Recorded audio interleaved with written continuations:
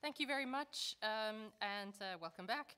Can I just advise members of some changes to the agenda that Bastian and I are proposing now, based on the fact that we have made up some time this morning and might yet make up a little bit further. The first item that we propose to talk through right now is 1.8, which is the review of the sector program, which had initially been on for 3 o'clock this afternoon. Followed by the discussion of GRI 303, the Water and Effluent Standard. And then, if you flip to tomorrow's agenda, after Water and Effluents, we would look at 2.4, review of GSSB Terms of Reference and GSSB Due Process Protocol. Yeah? Then, we expect to be joined by Helena Barton from the Independent Appointments Committee, 1.7. And if we manage to get through all of that, then we will close the public session and carry on with the private informational sessions at that point. Any questions about that? We'll have a break in there someplace, I'm not quite sure where. And we'll have lunch in here somewhere as well.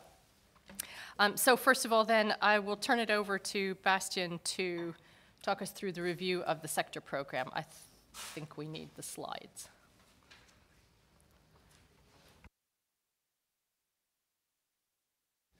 Thank you, Judy. And this session is to basically establish a common understanding of the full GSSB on the history of what we call now the sector program.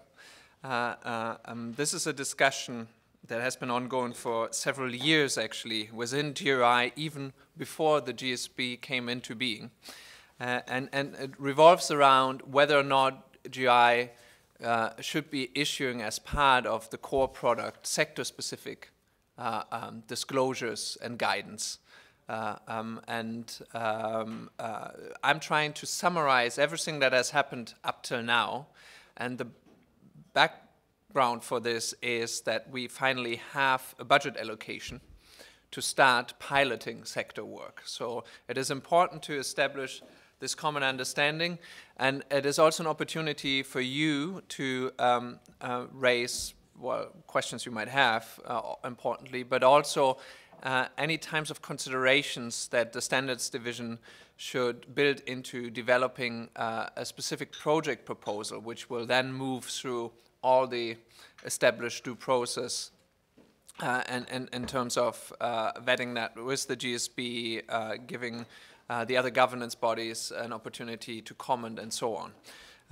So I will go through a bit of the history and highlight the main characteristics of what has been discussed and decided in earlier years. And will then come also to a point where I can address any questions you might have, but also feel free to jump in at any moment during the presentation if there is clarification needed. So maybe let me start then with just the history. So this actually dates back to 2014-2015 when the GRI board requested the Technical Advisory Committee, the predecessor of the GSB, to present a sector strategy. And I think that has to be seen in context of the emergence of SASB specifically, the Sustainability Accounting Standards Board, that in the US is developing industry or sector-specific reporting metrics that focus on financial material ESG issues. And at the time, what was acknowledged is that what this effort was about would be falling short of the holistic approach and perspective that GRI has been taking with our reporting framework, so that there is a gap, basically, in the reporting offering globally, where you look at the impacts on society, environment, at large, and that this wouldn't be covered by the efforts of SASB. At the same time, it was acknowledged that SASB and other sector-specific reporting efforts would be a good base to develop contents at GRI as well, or at least a good input to work that we have to do, because in part there will be obviously an overlap. The other realization at that point in time was that other efforts that were venturing into sectors, CDP was doing that, or starting to do that at the time as well, were focusing on investors. While GRI has always had that multi-stakeholder notion, and importantly, a constituency, a representation throughout governance and all our technical processes to improve the core product. So that basically led to the GI board decision to request the development of a sector strategy, and that is what the TAC back then has done in 2014, 2015, and it was presented as the sector program in 2015 and 2016. I will come to the specifics of the proposed program in a moment, but basically we had then a number of years, and these are the financial years of GRI, where we were in between having funding and not having funding, not being able to start it, and then having just about enough funding to start hiring, having difficulties with actually finding the right candidates. And here we are, and we now finally have a budget allocation that is sufficient to get a core team together here in Amsterdam to start a pilot. And we are also positive about finding the right candidates at this point in time. I think we will be able to work through the constraints that we have there.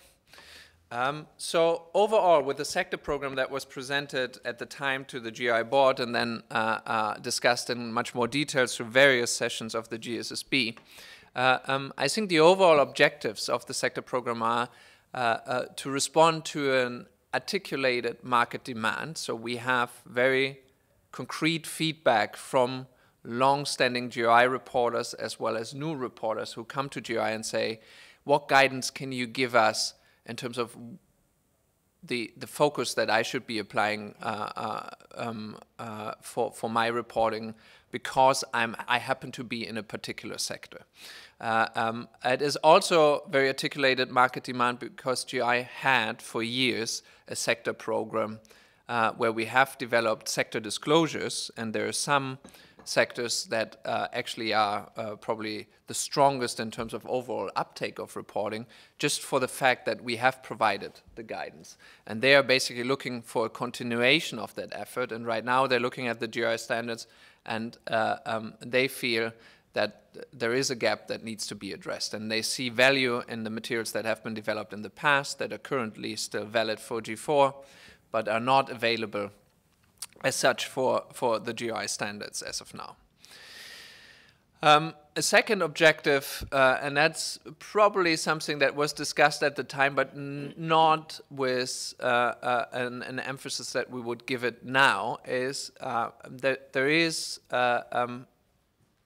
arising from the discussions around the SDGs, the need to look at prioritizing within the SDGs around topics or targets within the SDGs that a corporate could address in its reporting.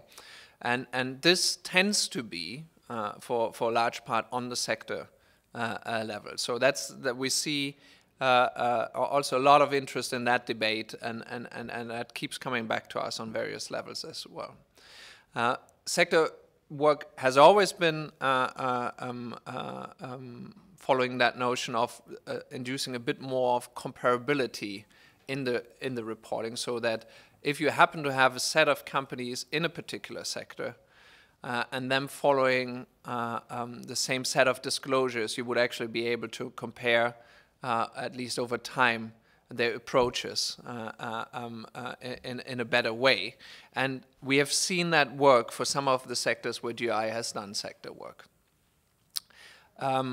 With the focus on materiality in the report content definition that we have for a number of years, organizations have also raised with us that more help is needed to from GRI to assist focused reporting. So for the judgment call on where are the likely the most significant impacts, and one way of addressing it is certainly not the only way, but one way is to give sector-specific guidance. So if a new organization joins GRI reporting and they look at the core product, that they have guidance on what is likely a significant impact just because they happen to operate in a particular sector.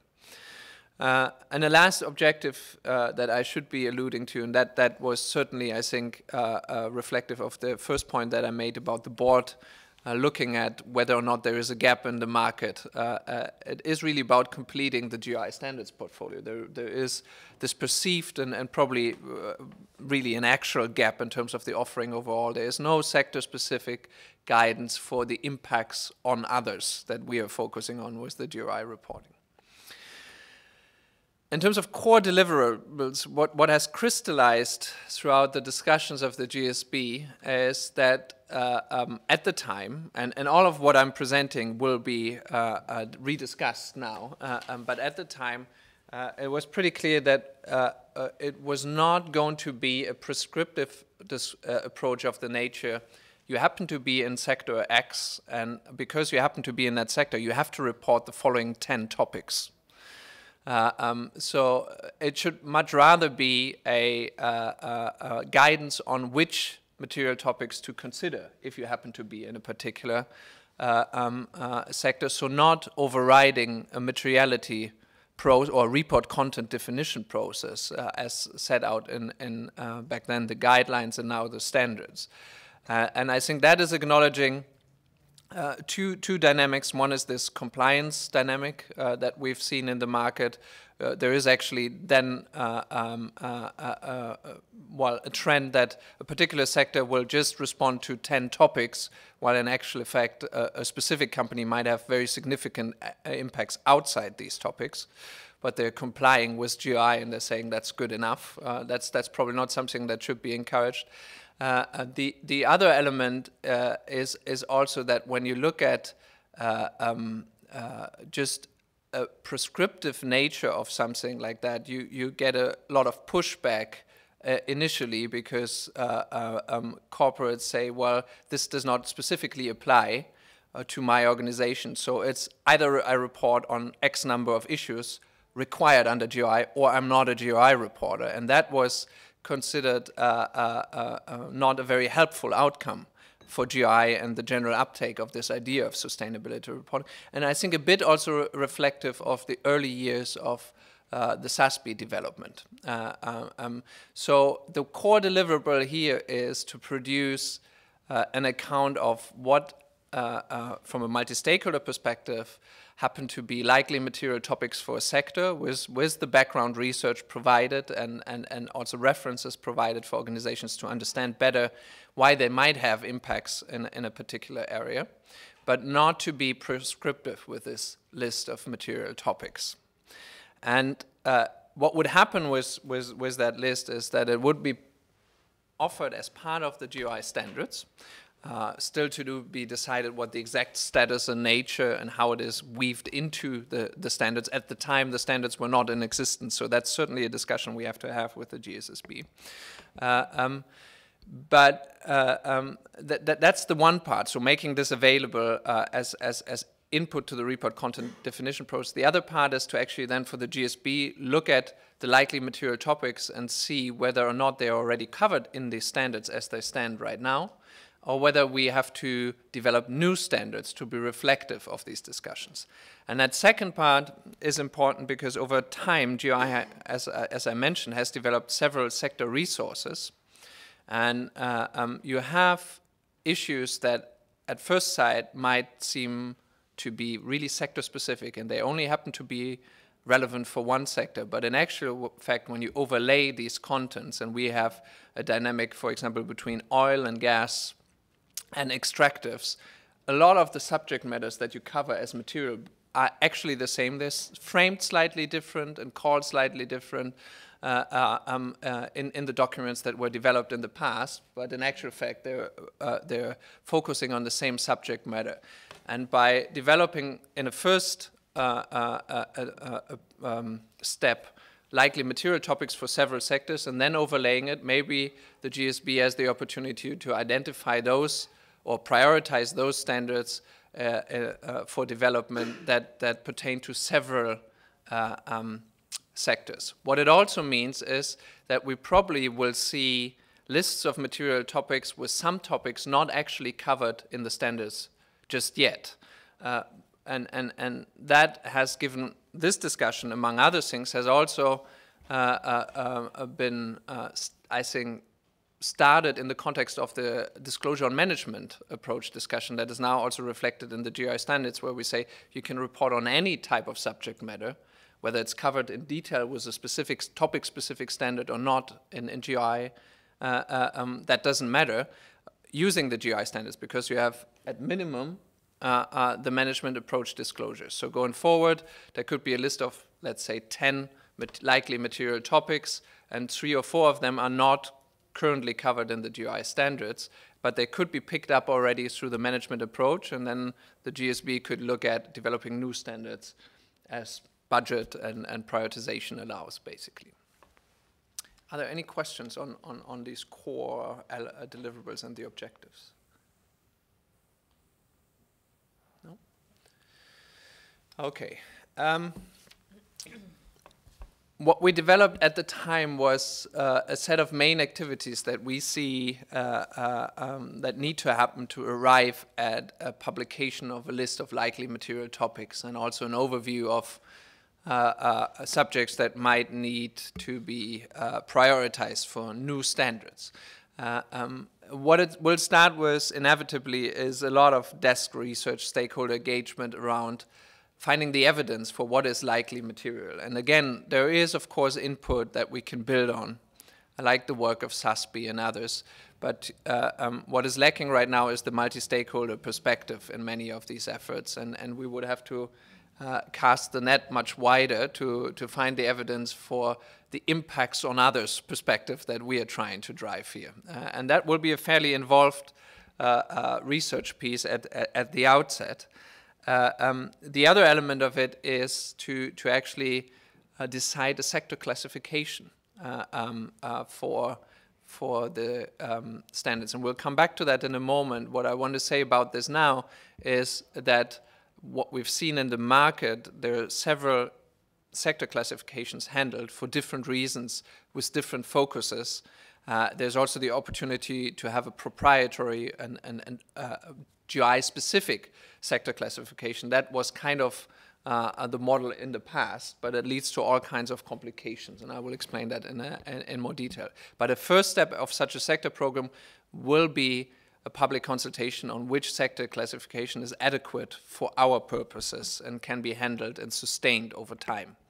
Because it is arguably relatively difficult to change sector classification with such a programming over time, because once you blur the lines and you have a different focus, the material topics will change significantly as well. There is, as always, then in the process, the feedback analysis and review on the public consultation, and a public consultation in following on the material topics per sector. And the interesting thing, I think, that evolved over time is that the GSB said, well, it needs to be a scalable solution. So the number of sectors is much more a function of budget and resources available rather than any other constraints that we face. So the more resource available, the more sectors can be pursued in parallel. And we will come also in a moment to the considerations for prioritization back then. But in any event, there will need to be public consultation, extensive public consultation on the material topics that are suggested for a specific sector. And going through the due process, there would also be the analysis and review, and importantly, then the finalization of that work as per due process. What we haven't decided at the time, also because the due process was really just emerging, is whether then we need to have sector-specific working groups or representation experts sitting around a table, or whether this is a consultation that is run by the standards division involving the right stakeholders. That is still something to be decided. That at the time that was left open, and I think that is also there's a political consideration to it, but importantly also a time consideration. Once you try to bring a representative group of sector stakeholders together, that of course leads to all the time implications that we've looked at for the 2 standards that we've run in the past year. What we're expecting based on the discussions back then is a lead time of a pilot that we have now funding for about it's going to be about 12 months. And just to give you an indication of the funding we have right now, we believe we can probably run 2 to 3 sectors with that, and I'll come to a bit of the detail in a moment on that. But just to be clear, Bastian, the point is that if there were further resources made available, we could do more than 2 to 3 sectors in the same 12 months. Exactly. I think so. So think of this as whatever the resources are that we have available will lead to scale in terms of number of sectors that we can cover in one go, basically. In terms of sector classification, the earlier agreement of the GSB was that it's better to use an existing classification as opposed to maintaining an own classification. And that's partially, again, I think also reflecting on the SASB effort. They have opted to maintain their own classification, but also reflective of our struggle in the past to reconcile the sector titles of our sector disclosures and sector supplements before that with established sector classification. We have subset of sectors, or sometimes strictly speaking not sectors by economic activity, and we've given them a set of disclosures, but it is difficult to reconcile these kind of contents with the practice that is actually in existence internationally. What we've Can I just ask, how many sectors do we have according to this classification? 50, or what is the number of disclosures we are thinking about? So I think irrespective of which sector classification you are handling, if you look at the most established ones, you're looking at more than 50 sectors, industry groupings, divisions, depending on what you look at. Some of them, to give you an example, in many of the classifications you have manufacturing as a heading, and under that you have all kinds of things ranging from chemicals to IT, so computer, to food products. And it is that level of distinction where I think the numbers kick in. But I think it's fair to assume, and right now for the one that we propose, that you're looking in totality at more than 50, but there is probably a priority set that we established at the time at around 30 high impact sectors. That's what we're looking at. Can I add something to this, or going deeper into this question? You take the example manufacturing. It is obvious that under manufacturing you have many, many, many different subsectors. You could say the same for public services, right? You come to 20, 30 only under this title. So the question will appear, first, how much time will it take to have all these standards that would cover all imaginable sectors? And second, in a very practical term, can a given company choose later to report according to a disclosure on its sector, or say, we report on the basis of the standard that GRI currently has that would cover in general, well, all sectors, if you want to say so. So then we would have a practical problem how to deal with that, even when it takes 10 years or more to have all sectors covered. That problem will still exist in future. I think for the last question, at the time where the discussion kind of ended was these sector-specific guidances will become available over time, and it will take a very long time to be complete. There is something about focusing on high impact and maybe also assisting those that have joined GRI already in reporting, so to prioritize those. But it was acknowledged that there is a level of detail and the right level of detail, so at which in the classifications you have the high level, again, manufacturing, public services, in then usually one sub-level, but it goes even deeper into sometimes hundreds of distinctions. What is the right level that needs to be chosen? That's something that depends a lot on the classification that we're handling. What we arrived at the time is that the UN Statistics Division is handling an industrial classification that is public good, so it's non-proprietary. It handles all economic activity, including public services, which are not included in market or investor-focused industry classifications like GICS and ICB. But at the same time can be reconciled with those. Importantly, it is also used by statistics officers globally. So that is something, there is this nexus with governments and who is using the information that is shared in sustainability reports. And increasingly, for example, in the Netherlands, but in many other countries, you have statistics officers looking at this type of information to reconcile that vis-a-vis the SDGs, for example. So that these were reasons at the time to look at this specific classification, but that's a discussion that, of course, is evolving fairly quickly. One thing that we noted back then was the proprietary classifications was that the costs involved in adopting them are pretty prohibitive for an organization like GRI because they are hard to control. There's one arrangement and you can agree on a certain time for which you can use it, but of course, since once you're locked in with a certain provider of a classification, it will be difficult to move to another classification at a certain point in time, and there's a charge for the use of a classification. That was a consideration, but all of these things would need to be re-established now because this is a very quickly evolving market. I think any hints that you can give are very welcome on this, but that will be a first step to look at it.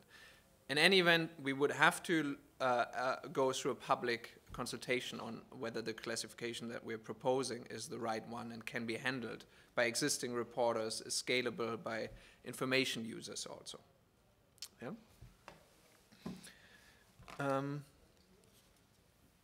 Then on the SDGs, I think, as I mentioned, this is a fairly new perspective in the context of sector discussions that GRI has, but an important one because we're connecting to lots of new audiences with this.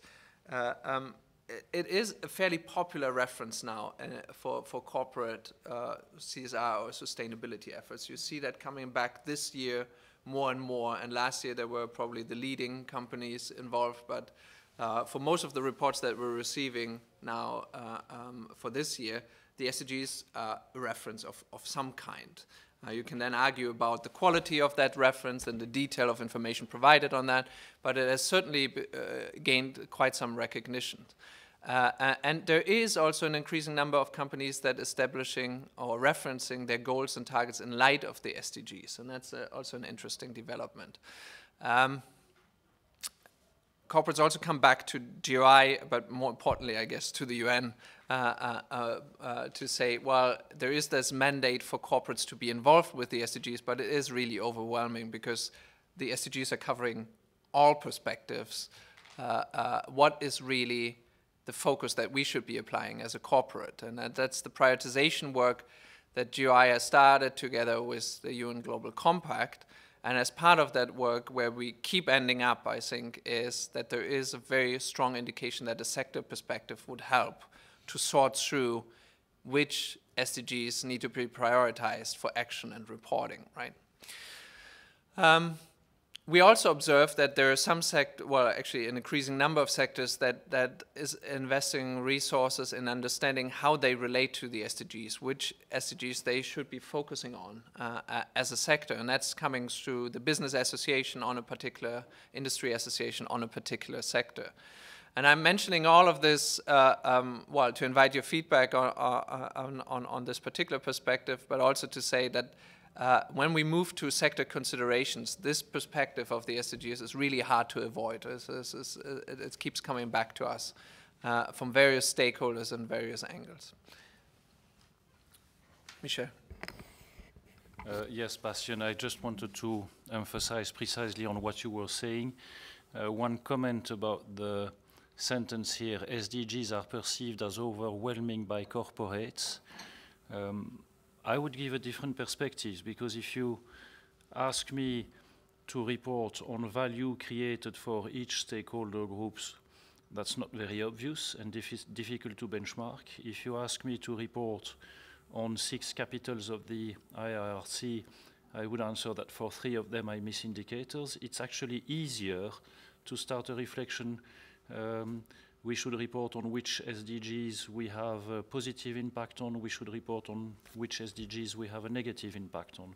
So I think it's going to take more and more space, because it's actually easier to implement than other reporting frameworks. Thank you. Other comments? No? Then let me talk a bit about what at the end of the discussions in 2016 basically emerged as an idea around pilot sectors and priorities that we could focus on with the program at the beginning. These were the sectors that were identified. This is the classification of the UN, but actually it's quite similar around the investor-focused classifications. So it's mining and quarrying, electricity, gas, so that's most importantly electric utilities, financial and insurance activities, this is financial services providers and insurance providers, as well as pension. Agriculture, forestry and fishing, manufacturing, and as part of that, we have back then had a discussion where are the main subsectors that GRI has currently already in its followership, and construction. And interestingly enough, I think there was an assessment here where are the high impact sectors, but also an assessment around where has GRI focused in the past and where have we provided sector-specific guidance. And what emerged here is that there are a couple of sectors like mining, electric utilities, and financial services where we have provided sector guidance in the past, and we have significant followership. These are rounded numbers that are reflective of the last years. Actually, all of these numbers are higher now for the past year. And what one indication that it probably gives us is there's interest in those sectors, that the guidance is provided also in the future. But importantly, we also have a stakeholder base, at least on the corporate side, that we can engage for future processes, which would make the processes overall quicker. If we move to sectors that are not at all reflected in our reporters right now, it will be much harder to get going and develop these contents, because well, we first have to establish our network within those sectors. The other thing that needs to be said here is we're unlikely, well, it's unlikely that we will have the resource to cover everything that you see on this particular slide. So one of the things as part of the project proposal will have to be a motivation for which sectors to focus on. What we did now in preparation of this meeting is we verified the assumptions behind the discussions back then. That seems to be a good list based on the assumptions we made, but within that there needs to be prioritization. But it is also, of course, a discussion whether there are, for the GSB, whether there is political dynamics that would lead us to prioritize another set, or maybe just one additional sector to that list. And I think today is the start of that discussion as well. Any questions on that? No. Then my last slide, basically to give you an idea on where we stand with this. We're about to start to hire the core team for the sector program. We have approval from the Secretariat to go ahead with the hiring of these positions. And we are having the discussion with you at this meeting and hope to then review and rescale the sector program and develop a program description for discussion at the May meeting. Which would then become a project proposal over the summer for approval when the core team is starting to work here. As we are resourced right now, we will have very little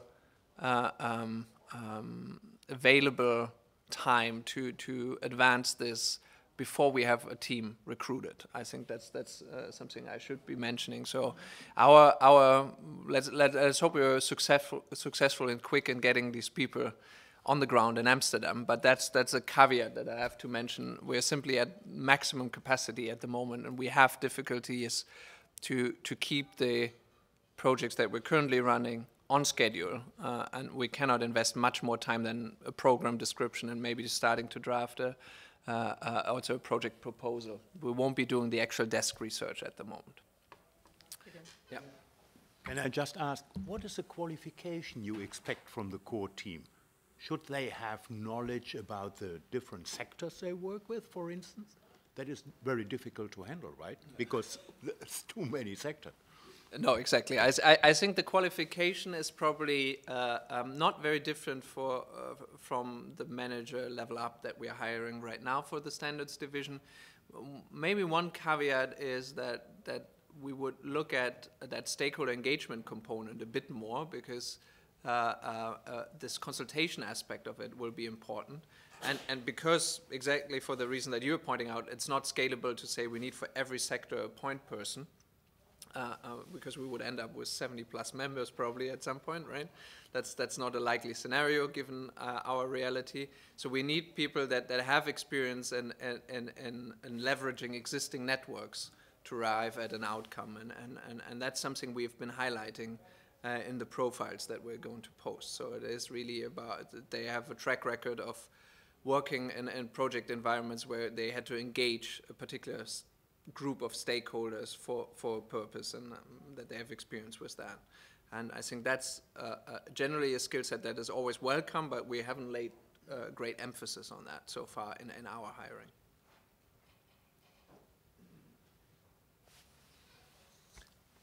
Any other questions? No. Well, should we move to, I don't know how much appetite there is for a broader discussion of the sector program. We've gone through the sort of clarification of what is planned and the history of it. And one thing that's interesting about this is that, as Bastian pointed out in the early slides, this goes back quite a few years now. This discussion predates the GSSB as a body. It predates the existing GRI governance structure. And while there's a whole range of considerations that have already been subject to a degree of discussion and a partial agreement anyway, we don't necessarily need to revisit everything, but we do kind of need to reconfirm the direction of travel, the objectives of doing the sector program, the basic sort of ambitions, and how it will work in practice, in order to make sure that we're all happy that we are taking this in the right direction. What discussion are you interested in having around any of the kind of broader questions at this point? As Bastian indicated, it will be some time yet before we can even do the basic research in order to start having these discussions about which classification might be the one that we choose to go with or create our own, what's involved in doing any of that, where are the sort of center of gravity for each of the priority sectors, and therefore how might we do specific discussion around prioritization. It's going to be a while before we can actually do that. But I would like to get an indication from the GSSB that you're satisfied with the direction of travel around this, and maybe just get a sense for what do you expect some of the results to look like as a result of this pilot. Dwight. Yeah, I do think we need to sort of revisit some of this in the sense that I think we need to have a better conception of what the actual product does look like and then work backwards a little bit, because you do have the problem of scale, and I think we would benefit from having a much clearer idea of at the end what this board will adopt, what will it look like for any given sector, even the extent of the sector guidance. How many pages is it? Do we, and if we're going to have standards, are the standards going to be that way, or are they just going to be when we decide to drop something in to the existing body because we identified it as, you know, I think we need to discuss it some more in that kind of way, and then I think it might be a little easier to go back. Also, and I recall the discussions on the different standards. I seem to recall that there was sort of a clear preference, but maybe I don't recall that correctly. Yeah. Yeah, so there was a preference at the time for the UN statistics division classification, but well, I think this needs to be revisited just because this has evolved as well in the last 3 years. Some of the basic assumptions behind would need to be reconfirmed. At the time we inquired, for example, whether it was indeed a free public good and there were no implications for us in using it and sustaining the use of it over time, and which was confirmed at the time. That might have changed, we don't know. So these are the things. But there was a clear preference for going for with something that would have the nexus with the activities of statistical offices on the country level, plus have the benefit of be covering all economic activity, including public services and all of that. And also there is an established body of work of reconciling this classification with the proprietary investor-focused classifications that you have for listings and all of that. So that there was indeed, yeah, a preference for that UN approach back then. So the first suggestion that you made, Dwight, I mean, I recall that when before this body became the GSSB, the Technical Advisory Committee spent quite a lot of time working on the format and protocols for constructing standards. We spent a lot of time working on language and on format issues in order to specify what was going to be a standard at the end of it.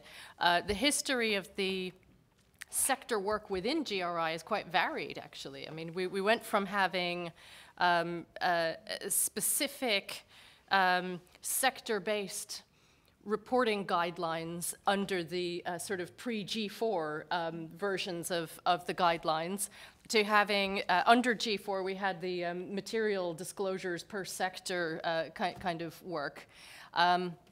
And therefore, we have a wide range of even just previous experience with doing sector contents for us to consider what do we prefer as far as the format and the fit with the standards, the core standards themselves. So this is worth doing. You know, I think, you know, kind of looking at what are going to be the definitions and the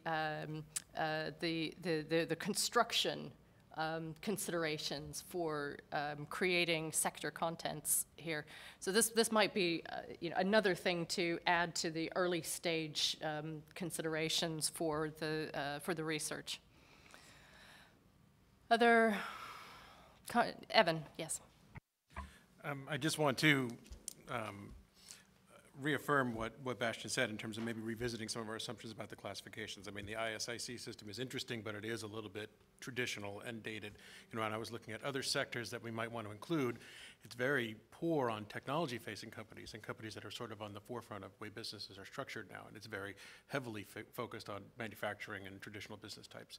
And I think that we can't avoid those sectors if we're looking at things like data privacy, which certainly is an emerging concern that may have not been at the forefront 3 years ago when we originally came up with this idea. The other sector that I would urge us to consider for inclusion in the pilot would be something related to apparel and textiles, just because it has so much attention now also in the manufacturing sector. If there's space to expand the scope to include that sector, I think it would be worthwhile based on issues that we come up against in business.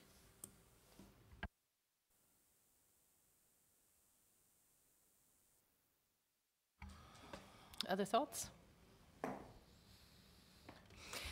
Bastian, can I ask, sort of timing-wise, do you have job descriptions in circulation? Are you advertising for vacancies at the moment? And just sort of questions around confirming the timing of getting started. So we're posting the first 3 roles next week.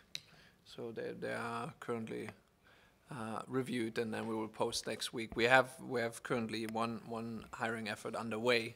We have to stage it a bit, so next week is the next round. And what we usually see is, and that's what's projected here, is that it takes around 3 months until people come on board and start working here in Amsterdam with us. And that's likely going to be the outcome of that hiring round, that we continue to hire into the Netherlands.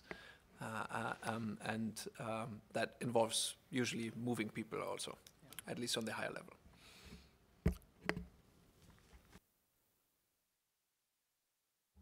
Okay, any further discussion?